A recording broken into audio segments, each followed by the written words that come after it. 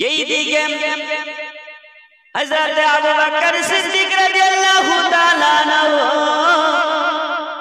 যেন বাবা উমরকে সঙ্গে নিয়ে গো আমার নবীর দরবারে হাজির হয়ে গেলেন। ইয়া রাসূলুল্লাহ, ইয়া হাবিবাল্লাহ, নবী গো আপনার দরবারে এসেছি। হ্যাঁ বলো আবু বকর, কি কারণে এসেছো?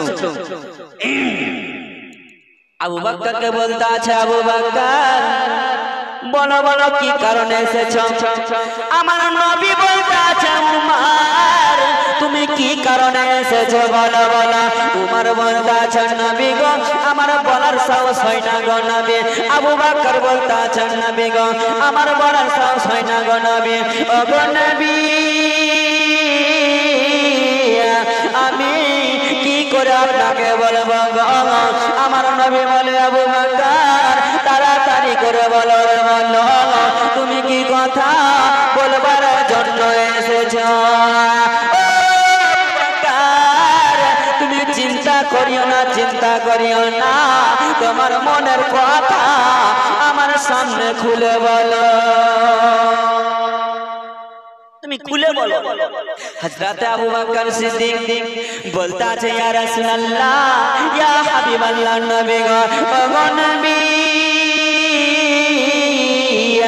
আমি আপনার দরবারে এসেছি একটা কথা বলতে গো নবী। কি কথা বলো? বলতে আছে, ইয়া রাসূলুল্লাহ, ইয়া হাবিবাল্লাহ, নবী গো আপনার মেয়ের সঙ্গে বিবাহের প্রস্তাব আমি আবু বকর নিয়ে এসেছি। জোরে, আমি আবু বকর নিয়ে এসেছি। আবু বকরের কথা শুনে বাবা আমার নবী কিছু বললেন না, চুপ করে থেকে গেলেন। আবু বকর বুঝে গেল আমার নবী মনে হয় এই প্রস্তাবে রাজি হয়নি। উমর ফারুক বলতে আছে, উমর গো তুমি একবার বলে দেখো না। হযরত উমর ফারুক বলতে আছে, আবু বকর তোমার যখন কথা শুনলো না, তোমার কথাতে যখন উত্তর দিল না, আমার কথাতে মনে হয় নবী মুস্তাফা উত্তর দিবে না। আবু বকর বলতে আছে, উমর গো তুমি একবার বলে দেখো না। উমর বলতে আছে, নবী গো আমি একটা কথা বলতে চাই। কি কথা বলো? উমর বলতে আছে, নবী গো আমি আপনার মেয়েকে বিবাহ করতে চাই। জোরে বলুন, বিবাহ করতে চাই। আমার নবী কোনো কথা বললেন না, আমার নবী চুপ করে আছে গো। আমার মা ফাতেমাকে বিবাহ করার জন্য গো প্রস্তাব নিয়ে গেছিল। এইদিকে উমর ফারুক ভাবতে আছে, আল্লাহ গো আমাদের কথা যখন মানলো না, আর একজন পুত্র আছে, আর একজন সন্তান আছে, তাকে গিয়ে যদি বলি হয়তো তার সঙ্গে রাজি হয়ে যাবে, রাজি হয়ে যাবে। সেটাকে আবু বকর বলছে, আবু বকর হযরত আলীর কাছে চলো। হযরত আলীকে যদি একবার বলি আর আমার নবী যদি একবার বলে দেয় তবে মনে হয় রাজি হয়ে যাবে। বেরাদার কথা চলছে গো, আরে এইদিকে জানো আবু বকর আর উমর ফারুক বাবা গম হাঁটতে হাঁটতে হাঁটতে হাঁটতে আলীর কাছে গিয়ে হাজির। বলে, আলী ও ভাই আলী একটা কথা বলবো রে ভাই। আলী বলতে আছে, ভাই গো কি কথা বলবে বলো না। শোনো না, কথাটা হচ্ছে এটা আলী, আমি নবীর দরবারে গেছিলাম। হযরত উমর ফারুক নবীর দরবারে গেছিল, আমরা বিয়ের প্রস্তাব দিয়েছি, আমাদের বিয়ের প্রস্তাবটা গ্রহণ করেনি। ও ভাই আলী শোনো না, তুমি যদি একবার নবীর দরবারে গিয়ে বলো গো তোমার প্রস্তাবটা কবুল করবে। তোমরা গেছিলে, তোমরা পয়সাওয়ালা আর তোমাদের প্রস্তাব কবুল করলো না, আর আমি নবীর দরবারে খেটে খাই, আমি একটা গোলাম, আমার নবীর দরবারে থাকি, আমার সঙ্গে বিবাহ দিবে? আচ্ছা ভাই, এমন মন আছে না যে বড় লোকের সঙ্গে যখন দিল না তো পেট খাট্টার সঙ্গে দিবে? কারা দিবে? যারা বুঝে। হ্যাঁ, কিন্তু কার সঙ্গে বিবাহ দেওয়াটা ভালো হয়েছে? যে পেট খাটছে তার সঙ্গে বিবাহটা দেওয়া ভালো। খাটছে খাইছে ঠিক আছে, আর যার টাকা আছে, 2-5 বিঘা জমি আছে, তার টেনশনের শেষ নেই। আরে বাপ রে, 5 বিঘা জমি আছে আর 5টা ভাই, তো ওকে মেরে দেবো, 5 বিঘা লিখে দেবো, আছে না টেনশন ভাই? যার দুনিয়াতে যে খেটে খায় সেই ভালো আছে, গরিব যে আছে সেই ভালো আছে দুনিয়াতে। যে ভাবছে যে আমাকে আল্লাহ বড় লোক করে দেবে, আল্লাহ যদি ধনী বানিয়ে দেয় তখন বুঝতে পারবে আল্লাহ যখন গরিব ছিলেন গরিব থাকাটা। কিন্তু বেরাদার, আল্লাহ যাকে চাই দিয়ে দেয় গো। তবে বলবো না যে ধনী হয়ে না, ধনী হতে গেলে আল্লাহর রাস্তায় খরচ করতে হবে, হবে কিনা? আপনি যদি আল্লাহর রাস্তায় খরচ করেন, আপনাকে আল্লাহ ধন দৌলত দিয়েছে গো, আপনি আল্লাহর রাস্তায় কিছু খরচ করেন, কিছু আপনার কাছে রাখেন গো। এইদিকে আলী বাবা গো জানান নবীর দরবারে যাচ্ছে গো, তার আগে জানো আবু বকরকে সাক্ষী করছে। আবু বকর শোনো গো, একটা কথা বলবো। আবু বকর বলে, বলো বলো, কি কথা বলবে বলো না? বলতে আছে আবু বকর, আমি নবীর দরবারে যাব গো, কিন্তু আমি বলতে পারবো না, আমি বলতে পারবো না। তুমি বলবে কি? কিছু লোক আছে ভাই, বাড়ি থেকে ফুসলে ফুসলে নিয়ে যাবে, আছে না? আর নিয়ে গিয়ে যেমন গাছে চড়াতে পারে, তখন আমাদের বলা নাই, নিয়ে যাবে, নিয়ে যে ছেড়ে দিবে, ফাঁসিয়ে দিবে। তো আবু বকর বলতে আছে চলো বলবো। উমার ও ফারুক বলছে হ্যাঁ বলবো, টেনশন নিও না। এই দিকে 3 জনা যাচ্ছে, আরে যেতে যেতে গো আমার নবীর দরবারে হাজির। আমার নবী বলে, আবু বকর বলো বলো, কি কারণে এসেছো? আবু বকর তোমরা আবার কি কারণে এসেছো বলো। ইয়া রাসূলুল্লাহ, একটা কথা বলবো। বলো। ভয় পাচ্ছে, হুঁরা মারছে, এই কানা বল। উমার ফারুক হুঁরা মারছে, এই বল না। আলী দেখতে আছে, হ্যাঁ রে ভাই, ওখান থেকে নিয়ে আসলো যুক্তি কইরে, আর এখানে ওই একটা হুঁরা মারছে, ওই একটা হুঁরা মারছে, এমন কি ভাই?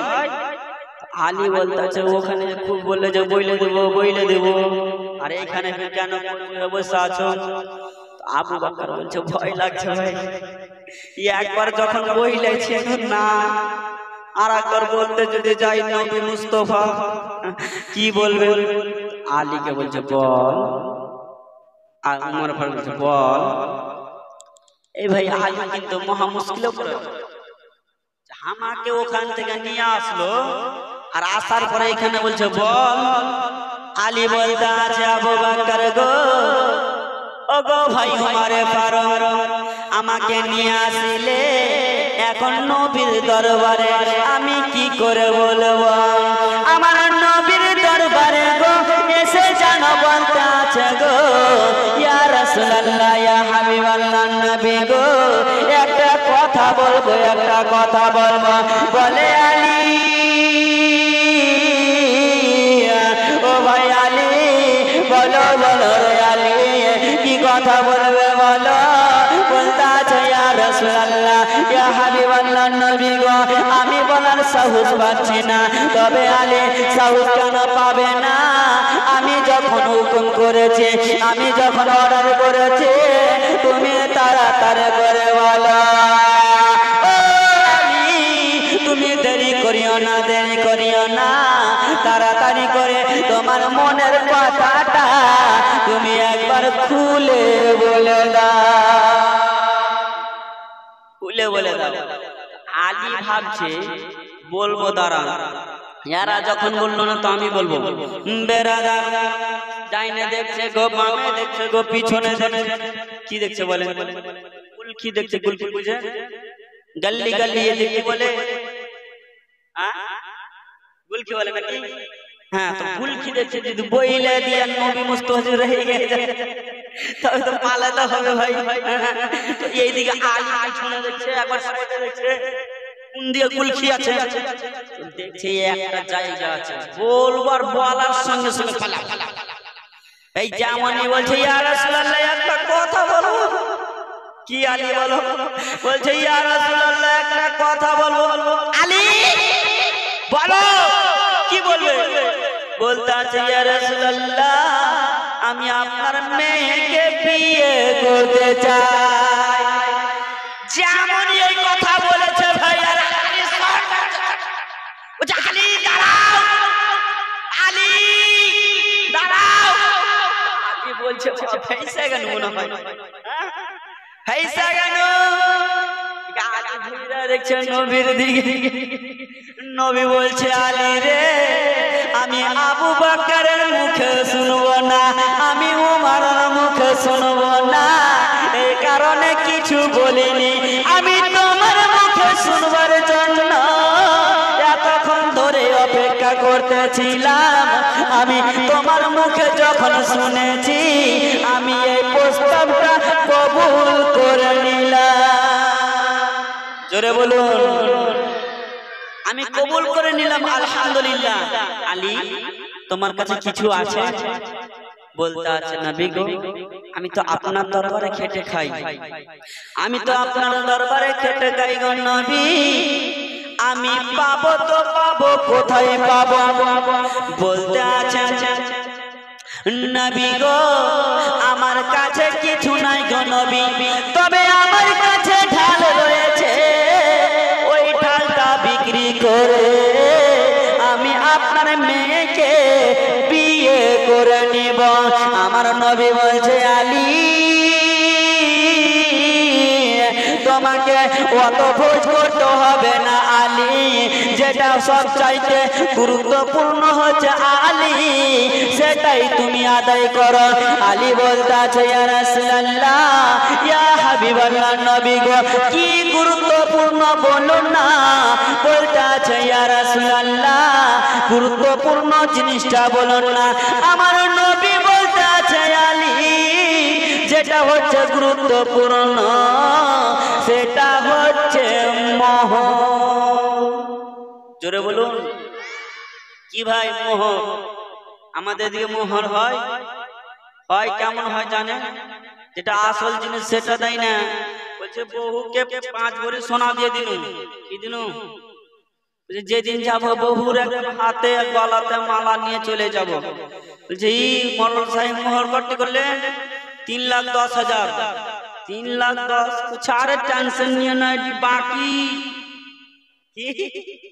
बाकी কত দিবে 786 টাকা দিব আছে না তবে শুনেন সব চাইতে হচ্ছে মোহর গুরুত্বপূর্ণ যে ব্যক্তি মোহর না আদায় করবে তাকে হাসরের ময়দানে দিন জেনাকারীর দলে দাঁড় করানো হবে ব্রাদার আমরা বুঝি না যেটা আসল সেই জিনিসটা আমরা আদায় করি না ভাই একটা কথা বলবো শুনেন আপনার নিম্ন নিম্ন যেটা মোহর এখনকার সমাজে সেটা হচ্ছে আপনার 5,000 এর উপরে দিতে হবে 6,000 এর কাছাকাছি তো আপনি নগদ 6,000 মোহর টাকা দিতে পারবেন না একটা বিয়ে করতে যাবে না 6,000 টাকা মোহর দিতে পারবেন না আপনি যদি মোহর দিয়ে দেন আল্লাহর দরবারে কোনো নালিশ থাকবে গো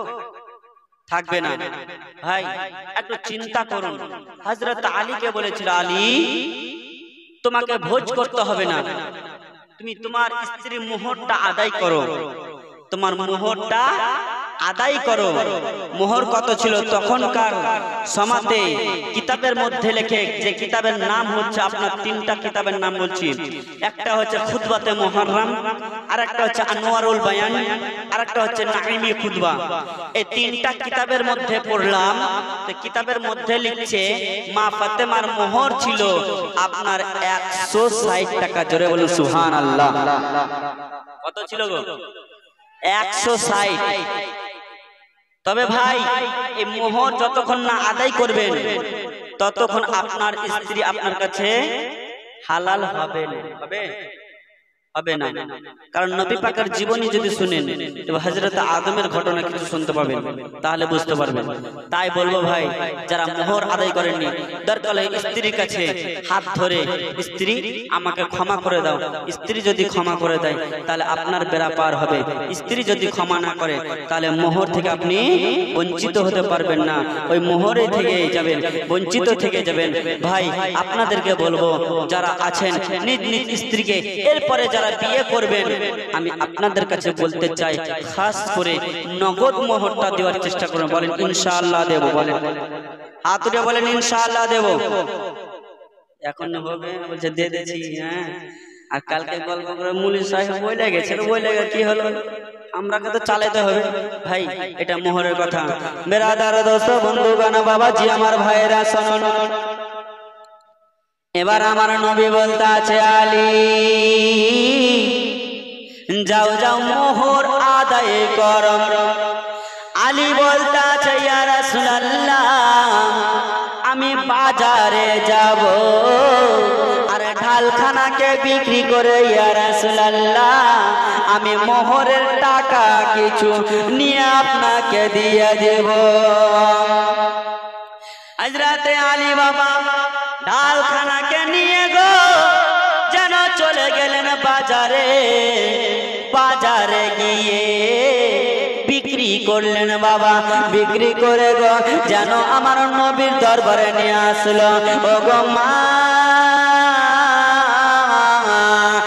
ফাতেমার বিবাহ কেমন হয়েছিল শোনেন গো, আমাদের বিবাহ কেমন হচ্ছে শোনেন গো। বেরাদার মা ফাতেমার বিয়ে যেদিন হবে গো, এইদিকে আলী যেন বাবা মোহরের টাকা নিয়ে আসিল গো। যেমনই মোহরের টাকা নিয়ে এসেছে সঙ্গে কিছু খেজুর নিয়ে এসেছে বাবা গো, খুরমা খেজুর নিয়ে এসেছে বাবা গো। আরে খুরমা খেজুর নিয়ে এসে আমার নবীর সামনে গো যেন হাজির হয়ে গেলেন। ইয়া রাসূলুল্লাহ ইয়া হাবিবাল্লাহ নবী গো আমি মোহরের টাকা নিয়ে এসেছি, এবার আপনার মেয়ের বিয়েটা যেন আমার সঙ্গে পরিয়ে দেন। আমার নবী বলতে আছে আলী তুমি চিন্তা করিও না আলে, তোমাদের বিয়ে আসমানে হয়ে গেছে আলী, এখন জমিনে তোমাদের বিয়েটা হবে। ও আলী শোনো মোহরের টাকাটা দিয়ে দাও বাবা গো। মোহরের টাকা দেওয়া হলো গো, আর মোহরের টাকা দেওয়ার পরে যেন আমার নবী বিবাহ পড়ালেন। আলীর সঙ্গে বিবাহ পড়িয়ে দিয়ে বেরাদার দোস্ত বন্ধুগণ আমার, এবার কিন্তু বাবা আমার মা ফাতেমার বিবাহ দিল গো। কিন্তু মা ফাতেমাকে বিদায় করবে গো আমার নবী। মা ফাতেমাকে ডাকছেন বেটি ফাতেমা শোনো রে মা একটা কথা বলবো রে মা। বলে আব্বা গো কি কথা বলবেন বলেন না। বলতে আছে মা স্বামীর ঘরে দিলাম মা, স্বামীর ঘরে গিয়ে মা স্বামীর সঙ্গে তর্ক করো না মা, স্বামীর সঙ্গে কোনোদিন তর্ক করো না। এমন স্বামী পাবি না মা পৃথিবীর জমিনে গম্মা। আলী যদি গরিব যদি হয় মনের দিক দিয়ে ধনী, কারণ আলীর মতন সন্তান কোথাও পাবে না। জোরে বলুন।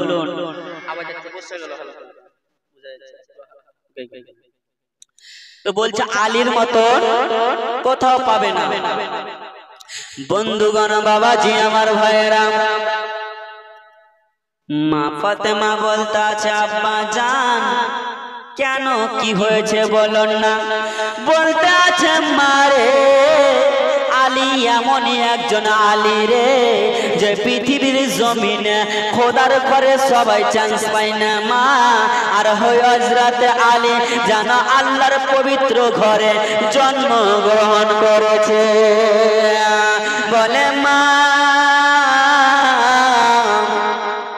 শোনো গো মা, যদি তোমাকে একবেলা খাবার না দেয় তবে মা স্বামীর সঙ্গে ঝামেলা করিও না। বাবা গো আমার নবী যেন মা ফাতেমাকে বিদায় দিচ্ছে গো, এইদিকে মা ফাতেমা ওয়াজর নয়নে ঝরিয়ে ঝরিয়ে যেন কান্না করছে গো। বলে আব্বা গো গো আব্বা একটা কথা মনে পড়ে গেল। বলে বেটি রে ও বেটি কি কথা মনে পড়লো বেটি বলো না। বলে আব্বা গো ও গো আব্বা যখন সবাই নিজের মেয়েকে বিদায় দেয় গো আব্বা, তখন সবার মা থাকে কিনা বলুন না। বলে বেটি রে তোমার মায়ের কথা মনে করিয়ে দিলে রে বেটি। বলে আব্বা গো এই সমাজে যদি আমার মা জননী থাকিত আমার মনের দুঃখের কথা বলতাম গো আব্বা। আব্বা গো আমার মা নাই, যার মা দুনিয়াতে নাই গো সে মায়ের ব্যথা বেদনাটা বোঝে, মা হারা কি জিনিস। আমার নবী বলছে বেটি রে তুমি তো তোমার আব্বার আদর পেয়েছো রে মা, তোমার মায়ের আদর পেয়েছো রে মা, কিন্তু আমি নবী মুস্তাফা আমার আব্বাকে দুই নয়ন আমি দেখতে পাইনি রে মা। ওরে মা আমি যখন পেটের ভিতরে ছিলাম রে মা তখন আমার আব্বা মুলকের সামনে গিয়ে ইন্তিকাল করেছিল রে মা, আমার আব্বাকে আমি যেন দেখতে পাইনি। ও বেটি ফাতেমা তুমি কান্না করিও না রে মা, তুমি চোখের পানি ফেলিও না। আব্বা গো আমি কান্না করব না আব্বা, তবে আব্বা আমার মাকে যদি একবার দেখতে পেতাম আমার দুঃখ বেদনা সব দূর হয়ে যেত। আমার নবী বলতে আছে মা তুমি যতদিন বেঁচে থাকবে মা, আমি যতদিন বেঁচে থাকবো তুমি আমাকে নিজের মায়ের চোখের মতো দেখবে। আমি তোমার আব্বা তোমাকে কখনো কষ্ট দিনি রে মা, আর তোমার কষ্ট হতে দেব না। মা তুমি কান্না করিও না। বেরাদা যখন হযরতে আলী ও হযরতে ফাতেমাকে বিদায় দিচ্ছেন তো আলী তো থাকতো নবীর বাড়িতে নাকি, মানে নবীর দেখাশোনা করত। তো বিবাহ তো দিল কিন্তু থাকার তো জায়গা লাগবে। কিতাবের মধ্যে লিখে একজনের নাম হচ্ছে হারিস বিন নোমান। সেই নোমানের একটি বাড়ি ছিল। তো ওই নোমান আপনার বাড়িটিকে মা ফাতেমা ও হযরত আলীকে দান করে দিলেন। জোরে বলুন সুবহানাল্লাহ। আজকে থেকে এই বাড়িতে মা ফাতেমা ও হযরতে আলী থাকবেন। বেরাদার দোস্ত বন্ধুগণ বাবাজি আমার ভাইয়েরা শুনুন গো, এইদিকে ফাতেমা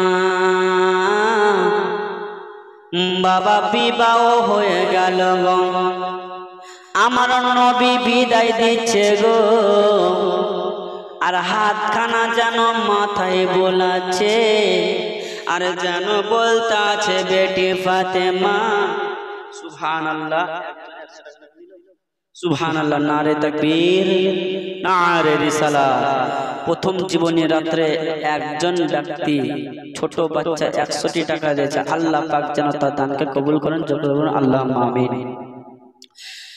বেরাদার দোস্ত বন্ধুগণ আমার, এই দিকে মা ফাতেমা আব্বার কাছে যেন বিদায় নিতে আছে। আব্বা গো, যদি কোনো ভুল করে থাকি আব্বা আমাকে ক্ষমা করে দেবেন। দেখবেন বাবা গো, কোনো মহিলা যখন বাপের বাড়ি থেকে যায় কান্না করে গো। কেন কান্না করে আপনাদেরকে একটু বলে যায় বাবা গো। ওই মহিলাটা দুটি কারণে কান্না করে গো। একটা কারণ হচ্ছে বাবা, যে বাপের কাছে ভাইয়ের কাছে ছিলাম গো, এতদিন ছিলাম, এখন স্বামীর ঘরে যাচ্ছে, মনের মতো স্বামী পেলাম কিনা জানি না, স্বামী আমাকে ভালোবাসবে কিনা জানি না, এই কারণে ওই মেয়েটা কান্না করে গো। আর এক কারণ নিজের বাপ মাকে ছেড়ে গো, যে মেয়েটা আপনার 14 বছর থেকে বাবা, আপনার 16 বছর থেকে গো বাপ মায়ের কাছে থাকিছে, ওই মেয়েটা যাচ্ছে শ্বশুর বাড়ি গো। বাপ মায়ে এমন একটা বাপ মা গো, যে বাপ মায়ের কাছ থেকে যখন মেয়ে চলে যায় মনে হয় বাপের কলিজা ছিঁড়ে চলে যায়। যাই না বাবা, যাই। এমনও আছে দেখতে এসে মেয়েকে, দেখতে এসে বলছে আমার ছেলে চাকরি করে, কি দিবে বলো? আছে এদিকে, আছে আছে আছে, সব জায়গাতে আছে। তো বলছে বিহাই মশাই কিছু দিতে পারবো না, খেটে খাই। বলছে কিছু দিতে পারবে না, কেমন কথা? জামাই এত সুন্দর পেয়েছো আর কিছু দিবা না মানে হয়? কথা বলতে বলতে বলছে কিছু যখন না দিবা তোমার বেটিকে একটা বাইকে দিও, তোমার বেটিকে নিয়ে আসবার। হ্যাঁ, বাইক তো হলো ভাই। কিছু চাইবো না বিয়াই মশাই, যদি পারো তো তোমার বেটিকে একটা মালা দিও, তোমার বেটিরই গলায় ঝুলি। এই করতে করতে বলছো বিয়াই মশাই কিছু নিব না। কি নিবা? পারো তো এখন চপ্পর কাট গেলা আছে না? এই করতে করতে ভাই গোটা গাড়ি ভর্তি করে বাড়ি নিয়ে এসে চলে আসে। আর নিয়ে তো আসছে ভাই, এবার দেখেন ফোন করে জানছে যেদিন বিয়ে দিবে, বিয়ে বাড়ি যাবে, ফোন করছে হারে তোর তা হয়ে কেমন খিলালছে, তা হয়ে খিলেতে পারেনি। এই যে ভাই লেগে গেল ধাম, লাগছে না? খিলাতে পারবে না, ডেকে নিচ্ছে। পারবে কোথা থেকে? তুমি তো টাকা নিয়ে চলে যাচ্ছ, কলিজা ছিঁড়ে নিয়ে যাচ্ছ। হ্যাঁ, ভাবছো তুমি মেয়েকে বিয়ে করছো, মেয়ে তোমাকে কিনে নিচ্ছে। ব্রাদার, তবে এটা চিন্তা করেন যে আপনি যে ওই মেয়েটার বাপের কাছ থেকে জবরদস্তি টাকা নিয়ে আসছেন, আপনিও একদিন বাবা হবেন। চিন্তা করেন না, আপনিও একদিন বাবা হবেন, তখন বুঝবেন যে হ্যাঁ মেয়ে মানুষ করে মেয়ের বিয়ে দেওয়া কি জিনিস। ব্রাদার দোস্ত বন্ধুগণ আমার, একবার দৌড়তে পারবেন আল্লাহুম্মা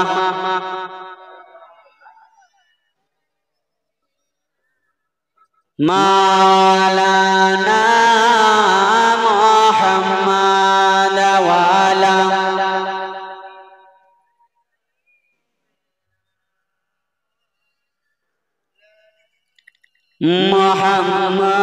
মুহাম্মাদ। আমার প্রাণের দয়াল নবী, ও নবী দাও না কেন দেখা,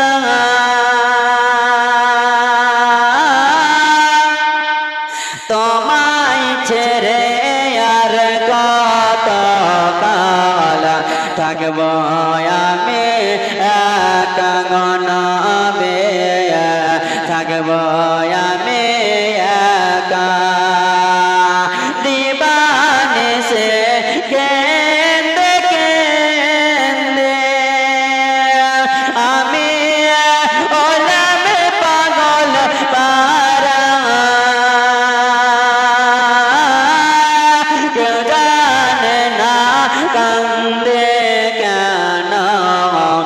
আমি কি যে হারা নবী আমি কি যে হারা শোনো রে আকাশ শোনো রে বাতাস হারা রাম মোর নবী এ জীবনে দেখিব একবার তোমার নূরের ছবি গণবে তোমার নূরের ছবি আমার প্রাণের দয়াল নবী ও নবী দাও না কেন দেখা তোমায় ছেড়ে আর কত কাল থাকবো আমি একা গণবে থাকবো আমি একা মোহাম্মত বলুন সুবহানাল্লাহ বেরাদার এবার যেন হযরত আলীর বিবাহ দিয়ে মা ফাতেমার বিবাহ দিল যেমনই মা ফাতেমার বিয়ে হলো আমার নবী মুস্তাফা বাবা গো যেন তার পরদিন গো আমার নবী মুস্তাফা তার বাড়ি যাচ্ছে হযরতে ফাতেমার বাড়ি যাচ্ছে যেমনই বাড়ি যাওয়া বলতা আছে বেটি ফাতেমা তাড়াতাড়ি বেরিয়ে আসো রে মা মা ফাতেমা বাড়িতে বাবা গো যেন কাজকর্মতে ব্যস্ত ছিল গো যেমনই বাপের কথা শুনেছে মা ফাতেমা তো জোহরা তোর মারতে মারতে গিয়ে গো জানো বাবা আপনার ওই নবীর দরবারে গিয়ে হাজির জোরে বলুন নবীর দরবারে গিয়ে হাজির দরজা খানা খুলে দেখছে গো অন্য কেউ নয় অন্য কেউ নাই এটা আমার আব্বা জান এসেছে আমার নবীকে সালাম দিল গো আমার নবীও সালাম দিল গো আমার নবী উত্তর দিল মা ফাতেমা উত্তর দিল বন্ধুগণ আমার নবী মুস্তাফা জানো বাবা ভিতরে প্রবেশ করলো গো কিতাবের মধ্যে পাওয়া যায় মা ফাতেমা আর হযরত আলী বাবা জানো দাঁড়িয়েছিল আমার নবী বলে বেটি ও বেটি ফাতেমা একটা কাজ করো রে মা কি কাজ আব্বা বলেন না বলতে আছে বেটি রে ও বেটি তাড়াতাড়ি করো রে বেটে একবার না তুমি পানি নিয়ে আসো যেমনই বাবা গো পানি নিয়ে আসলেন গো আর পানি নিয়ে এসে আমার নবীকে দিলেন গো আমার নবীকে দেওয়ার সঙ্গে সঙ্গে আমার নবী বাবা গো যেন ফু দিল গো আপনার কিছু পরে বাবা ওই পানিতে ছিটে ফু দিল গো আল্লাহর হুকুম হয়ে গেল বলতে আছেন নবী ওই পানি খানা নিয়ে হযরতে আলীকে ছিটা মেরে দাও আমার মা ফাতেমার শরীরে ছিটা মেরে দাও বাবা বেরাদার যেন আল্লাহর আদেশ হয়ে গেল আল্লাহর হুকুম হয়ে গেল ও গো মা কেমন ফাতেমা ছিলেন কেমন আমার নবী বেটি ছিলেন গো এইদিকে আমার নবী জানো বাবা আল্লাহর হুকুম মোতাবেক ওই পানি খানা নিয়ে বাবা আমার জানো হযরত আলীকে ছিটা মারলেন আর জানো হযরতে ফাতেমা তো জোহরা রাদিয়াল্লাহু তাআলা আনহাকে জানো বাবা ছিটা মারলেন গো আমার নবী যেমনই ছিটা মারলেন গো কিছুদিন পরে জানো বাবা আমার নবীর পানির বদরতে বাবা গো আল্লাহ পাকের রহমতে বাবা গো মা ফাতেমা জানো গর্ভবতী হলে